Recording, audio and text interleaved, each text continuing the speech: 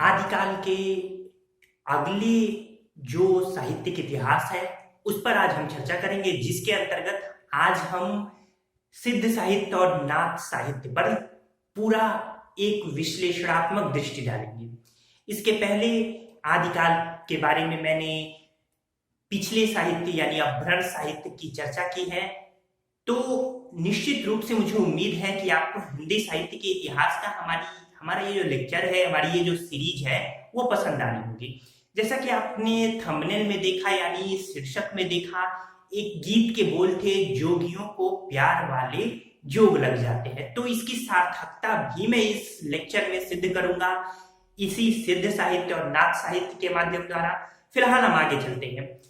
तो सिद्ध साहित्य और नाथ साहित्य ये आदिकाल की बहुत महत्वपूर्ण एक घटना के रूप में हमारे सामने आए। दरअसल सिद्ध साहित्य और नाथ साहित्य का जो प्रारंभिक यानी मुख्य उद्देश्य था वो मोक्ष प्राप्ति नहीं था, बल्कि धर्मोपदेश यानी अपने धर्म की शिक्षा देना था।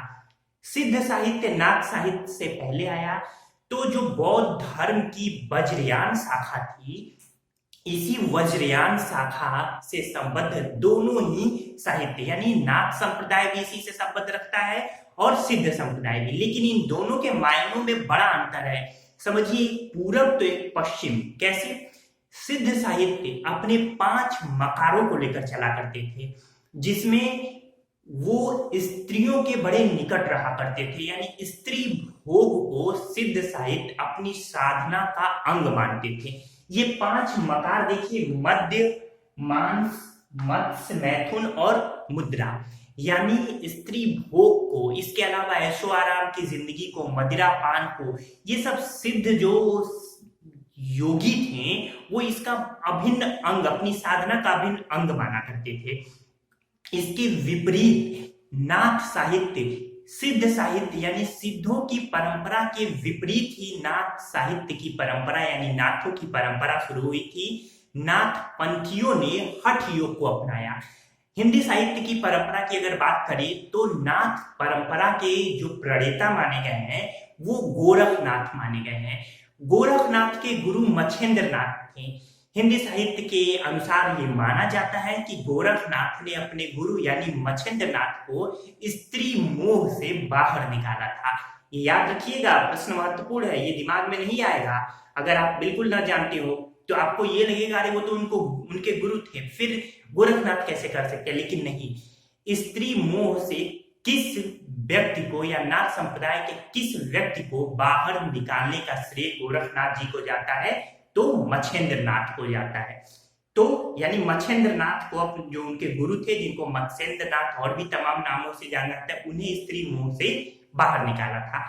तो ये नाथ साहित्य की जो हठ योग, मैं जब नाथ साहित्य, यहाँ चूंकि हम लोग हिंदी में है तो साहित्यिक परंपरा की बात कर रहे हैं, लेकिन नाथ पंथी, तो नाथ पंथियों का जो हठ योग है वो हठ योग पतंजलि से उद्गृहित है, यानी पतंजलि के हठ योग से लिया गया। प्रश्न महत्वपूर्ण, याद रखिएगा। नाथ पंथियों ने अपने हठ योग को कहां से ग्रहण किया है तो पतंजलि से ग्रहण किया है।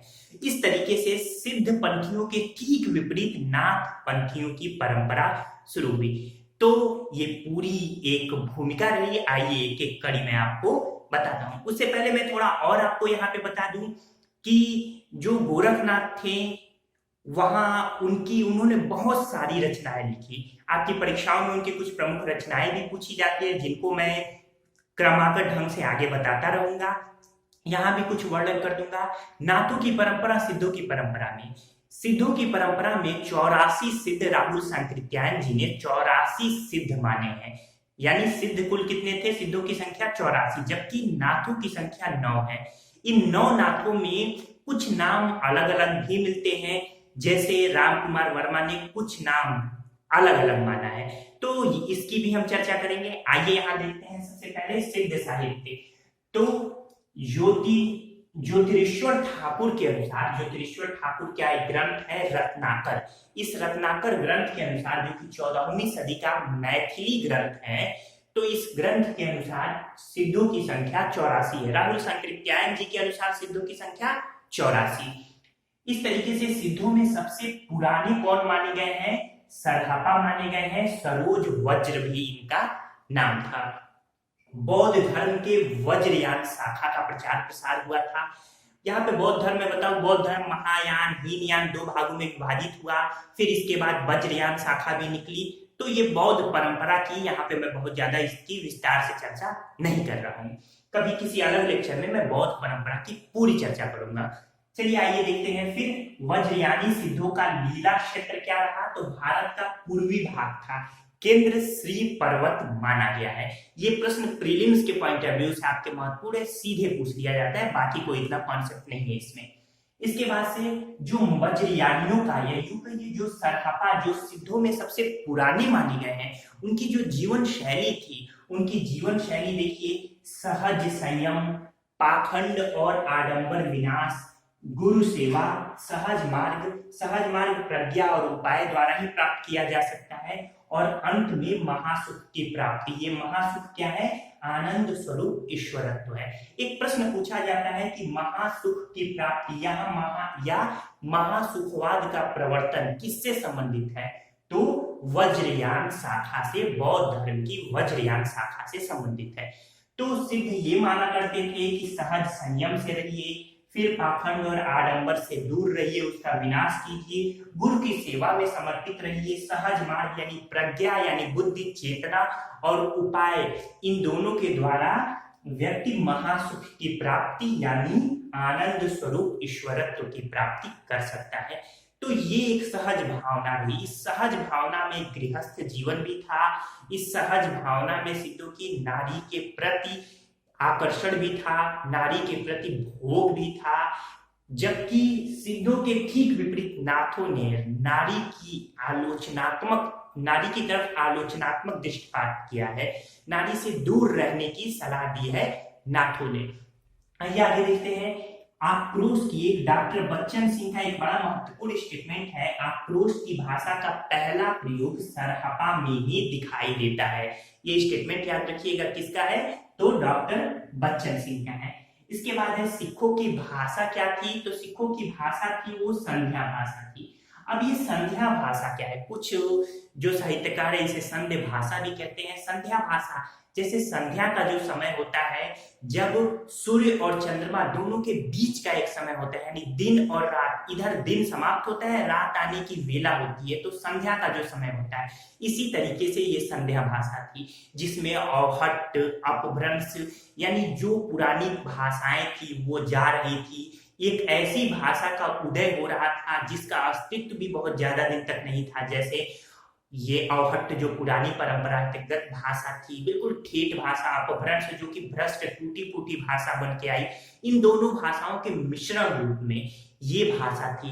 इसके साथ साथ कुछ ऐसी नई भाषाएं जो कि अब अपने उत्कर्ष की तरफ बढ़ रही थी, जैसे ब्रज भाषा, राजस्थानी भाषा शैली, इन भाषाओं का भी सामंजस्य दिखाई देता है संध्या भाषा में, इसीलिए इसे संध्या भाषा कहा गया है। आपको याद रहेगा कि सिद्ध साहित्य की भाषा क्या थी? तो संध्या भाषा या संध्या भाषा।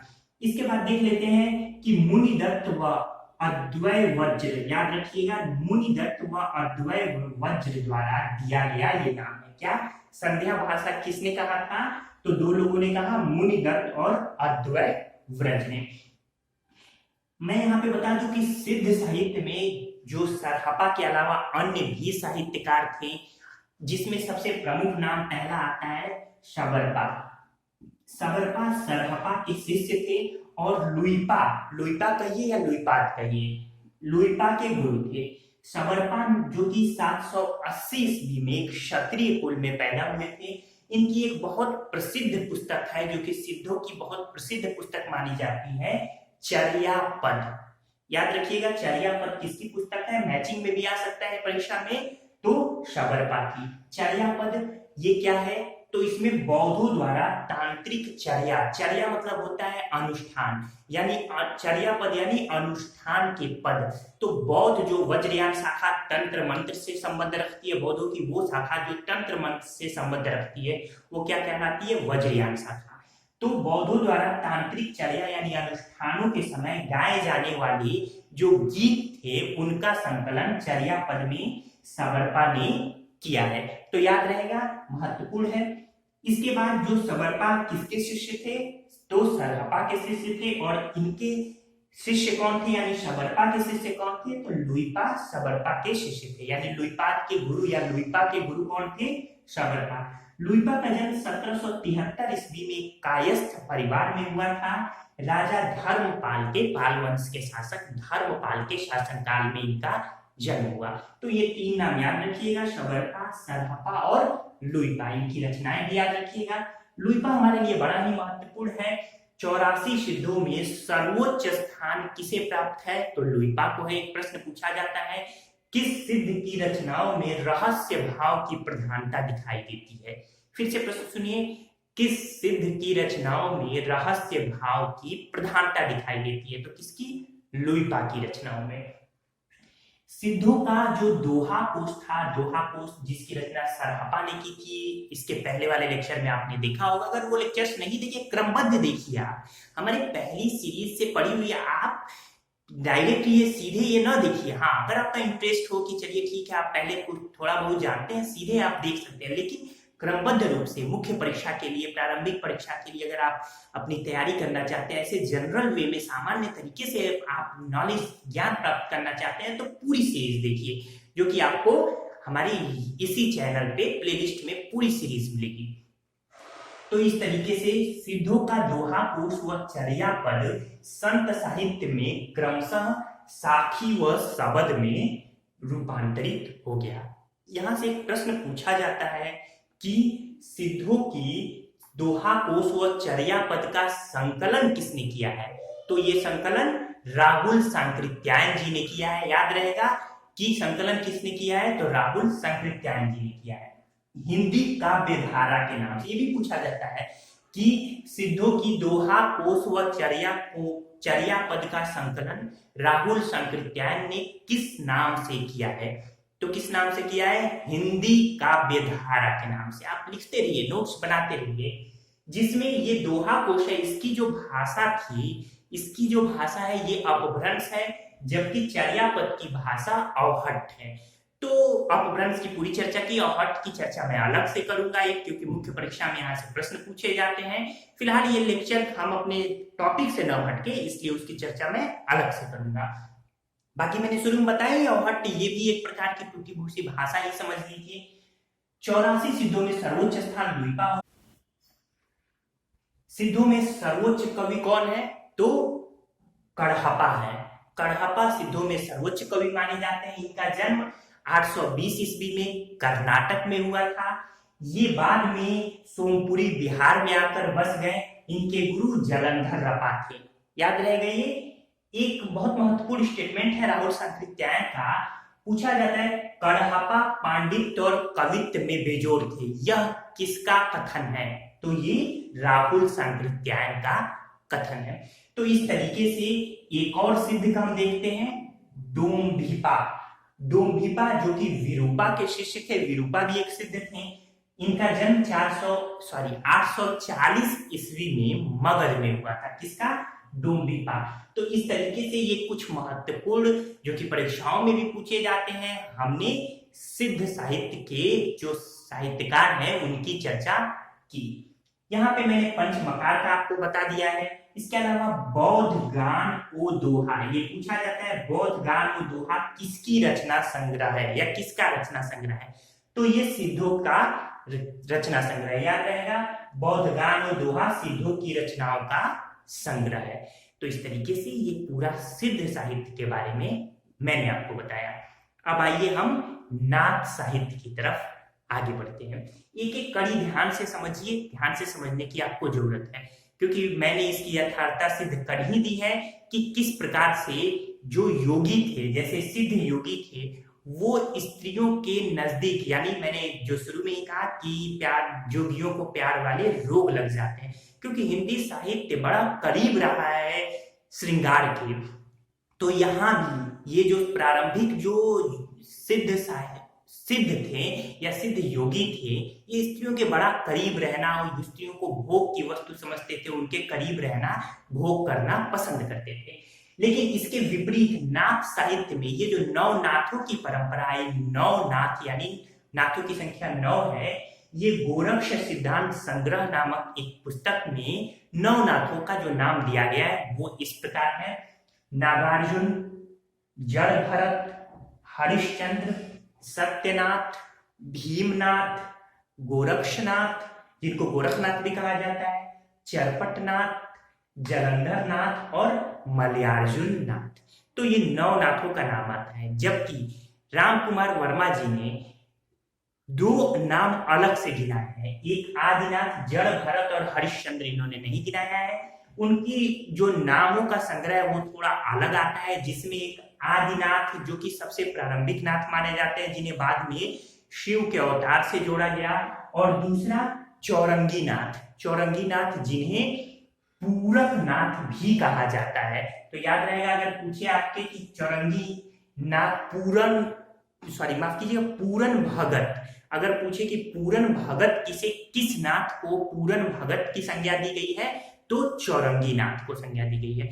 तो राहुल संकृत्यायन जी ने आदिनाथ और चौरंगी नाथ यानी पूरन भगत के नाम भी गिनाए हैं। तो इस तरीके से 9 नाथों के नाम आप यहाँ देखिए। जलंधर नाथ को बालनाथ भी कहा जाता है। आपकी परीक्षा में पूछा जाता है कि बालनाथ की संज्ञा किसे दी गई है, तो जलंधर नाथ को दी गई है। ये जो नागार्जुन है, गोरखनाथ है, चरपटनाथ है और जलंधर नाथ है, इन चारों का नाम नाथ साहित्यों में भी मिलता है और ये सिद्ध साहित्यों में भी मिलता है। यानी सिद्ध और नाथ साहित्य दोनों में किन 4 नाथों का नाम या किन 4 व्यक्तियों का नाम मिलता है, तो नागार्जुन, गोरखनाथ, चरपटनाथ और जलंधर। इस तरीके से गोरखनाथ का नाथ पंथ वज्रयान शाखा से निकला हुआ माना जाता है। इसकी चर्चा मैंने की है। गोरखनाथ ने पतंजलि के उच्च लक्ष्य ईश्वर की प्राप्ति को लेकर हठ योग का प्रवर्तन किया।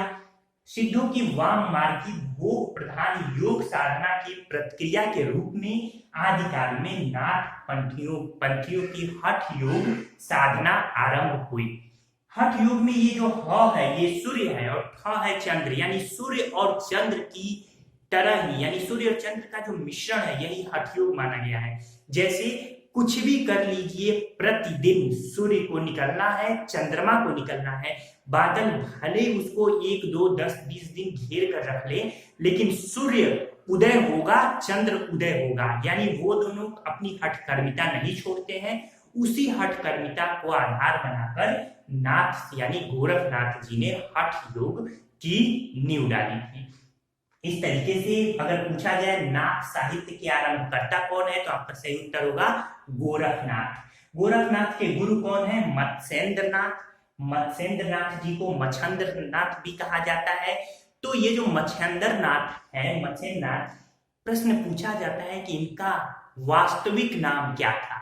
तो अगर ये प्रश्न पूछा जाए तो मत्स्येंद्रनाथ का वास्तविक नाम विष्णु शर्मा था। याद रहेगा, विष्णु शर्मा। एक और प्रश्न पूछा जाता है कि मत्स्येंद्रनाथ की आराधना किस नाम से की जाती है, यानी उनकी पूजा किस नाम से की जाती है, तो ये पिपलिश देव नाम से की जाती है। मैं यहां फिर लिख दूं, ये पिपलिश देव नाम से की जाती है। याद रहेगा आपको ये कि मच्छेंद्रनाथ की पूजा किस नाम से की जाती है, तो पिपलिश देव नाम से की जाती है।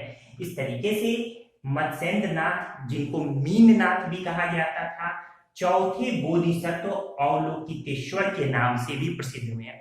बोधिसत्व क्या है पहले से समझिए। जो बुद्ध के बाद बुद्ध की परंपराओं में, क्योंकि बुद्ध मोक्ष प्राप्ति करने को कहते थे, लेकिन बोधिसत्व उन्हें कहते हैं जो मोक्ष की प्राप्ति तो कर सकते, इतना ज्ञान उन्होंने अर्जित किया है कि वो चाहे तो मोक्ष प्राप्त कर दे, लेकिन वो मोक्ष प्राप्ति नहीं करते।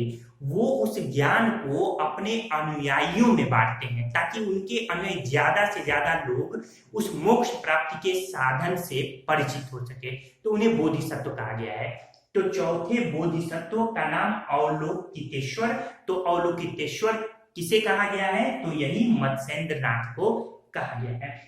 मिश्र बंधुओं ने गोरखनाथ को हिंदी का प्रथम गद्य लेखक माना है। याद रहेगा, गोरखनाथ को अवघड़ की संज्ञा, अवघड़ वही जिनका घर बार न हो, जिन्होंने घर बार त्याग दिया हो, जिनको घर बार से कोई मतलब ना हो, तो ये क्या है, हठ योगी हो, ये अवघड़ कहे जाते हैं। तो गोरखनाथ को क्या कहा गया है, अवघड़ कहा गया है। नाथ पंथ के योगियों को कनफटे योगी भी कहा जाता है, याद रखिएगा, कनफटे योगी, क्योंकि इन्हें किसी चीज से मतलब नहीं था, ये खुद की ही सुनते थे, किसी की सुनते नहीं थे। हठ योग इनका पेशा था, यूं कहिए कि इनका कर्म क्षेत्र ही हठ योग था। वर्तमान समय में भी हठ योग यानी नाथ संप्रदाय फल फूल रहा है, पूरी केवल भारत में नहीं, पूरी ये केवल उत्तरी भारत में ही नहीं बल्कि पूरे भारत में, यूं कहिए कि अगर हम असम वगैरह की तरफ चले जाएं, पूर्वोत्तर की तरफ चले जाएं, पश्चिमोत्तर की तरफ चले, हर जगह नाथ संप्रदाय के लोग आपको दिखाई देंगे। तो इस तरीके से नाथ पंथ के योगियों को कनफटे योगी कहा जाता है। पूछा जाता है किसे कनफटे योगी की संज्ञा दी गई है, तो नाथ पंथ के योगियों को। भाषा क्या थी, सदुक्कड़ी थी, सदुक्कड़ी यानी बस विचरण करते हुए जो बोली जाए भाषा वही थी। राजस्थानी खड़ी बोली का कुछ अंश इस सदुक्कड़ी भाषा में नाथ साहित्यों में दिखाई देता है। तो इस तरीके से ये पूरा नाथ साहित्य के बारे में ये बातें हुई। हजारी प्रसाद द्विवेदी जी ने गोरखनाथ जी के बारे में बड़ा महत्वपूर्ण स्टेटमेंट दिया है, जो कि आपकी परीक्षाओं में पूछा जाता है। उन्होंने कहा है कि शंकराचार्य के बाद इतना प्रभावशाली और इतना महिमान्वित भारतवर्ष में दूसरा नहीं हुआ। भारतवर्ष के कोने कोने में उनके अनुयायी आज भी पाए जाते हैं। भक्ति आंदोलन के पूर्व सबसे शक्तिशाली धार्मिक आंदोलन गोरखनाथ का भक्ति मार्ग ही था। गोरखनाथ अपने युग के सबसे बड़े नेता थे।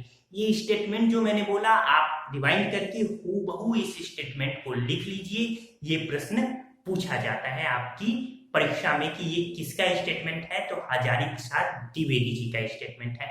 इसके अलावा हजारी प्रसाद द्विवेदी जी ने एक और स्टेटमेंट दिया है कि नाथों की सबसे बड़ी कमजोरी उनका रूखापन व गृहस्थ के प्रति अनादर था या अनादर है।